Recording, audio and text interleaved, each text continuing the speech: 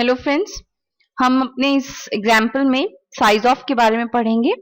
Size of के लिए यानी कि इस एग्जाम्पल में हमने सबसे पहले दोनों हेडर फाइल्स इंक्लूड की। हेडर फाइल्स इंक्लूड करने के बाद हमने मेन फंक्शन लिखा। मेन फंक्शन में हमने एक वेरिएबल लिया i, जिसकी वैल्यू हमने रख दी 20, जो कि इंटीजर टाइप का है। अब हम इस i की वैल्यू को प्रिंट करना चाहते हैं, तो हम ऐसे लिखेंगे printf वैल्यू ऑफ i की वैल्यू को हमने %d में रिप्रेजेंट किया। Value of i is equal to %d new line character in double quotes को क्लोज किया, कॉमा जिस वैल्यू को हम प्रिंट करना चाहते हैं i and then parenthesis close then semicolon. यहाँ पे हमने i की वैल्यू को प्रिंट कराया। अब हम i का साइज देखना चाहते हैं कि i जो है वो मेमोरी में कितना साइज ले रहा है, यानी कि जो इंटीजर टाइप वेरिएबल है वो मेमोरी में कितना साइज लेते हैं। जैसे कि हमने आपको बताया कि टर्बो C++ कंपाइलर में जो C में इंटीजर वैल्यूज हैं यानी कि इंटीजर वेरिएबल हैं, they take 2 bytes in memory. अगर हम डेव कंपाइलर का यूज कर रहे हैं तो integer take 4 bytes, float also take 4 bytes, double 8 bytes. तो अब हम यहाँ पर साइज ऑफ ऑपरेटर का साइज ऑफ फंक्शन का यूज करेंगे। printf size of i is equal to %d, फिर हमने न्यू लाइन करेक्टर लिखा, इसे डबल कोट्स को क्लोज किया। अब हम यहाँ पे कॉमा के साथ साइज ऑफ ऑपरेटर लगाएंगे। साइज ऑफ हम जिसका साइज देना चाहते हैं, लेना चाहते हैं, उस वेरिएबल का नाम लिखेंगे इस पैरेंथेसिस में, पैरेंथेसिस लगाएंगे और i यानी कि हम i का साइज जानना चाहते हैं जो कि इंटीजर टाइप का है।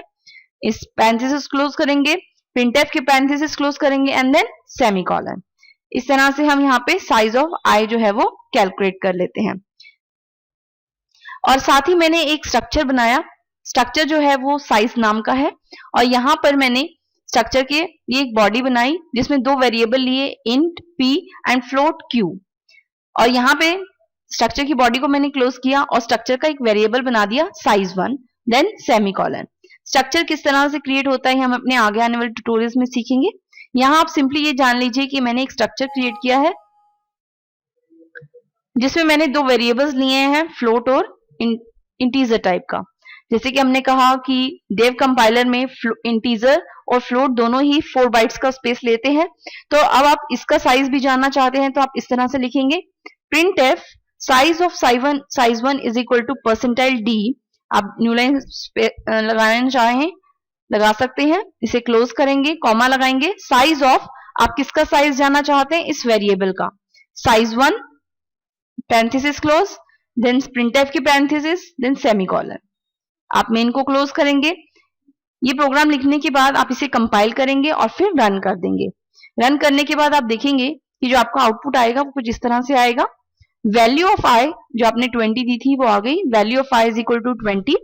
साइज ऑफ i जैसे कि मैंने आपको कहा कि देव कंपाइलर में जो i है यानी कि जो इंटीजर टाइप वैल्यूज हैं दे टेक 4 बाइट्स, तो यहाँ पे लिख रहा है कि size of i is equal to 4 and size of size1 जो कि एक स्ट्रक्चर था, एक इंटीजर टाइप की वैल्यू ले रहा था, एक फ्लोट टाइप की, तो टोटल उसने कितने मेमोरी स्पेस लिया, 8 बाइट्स का।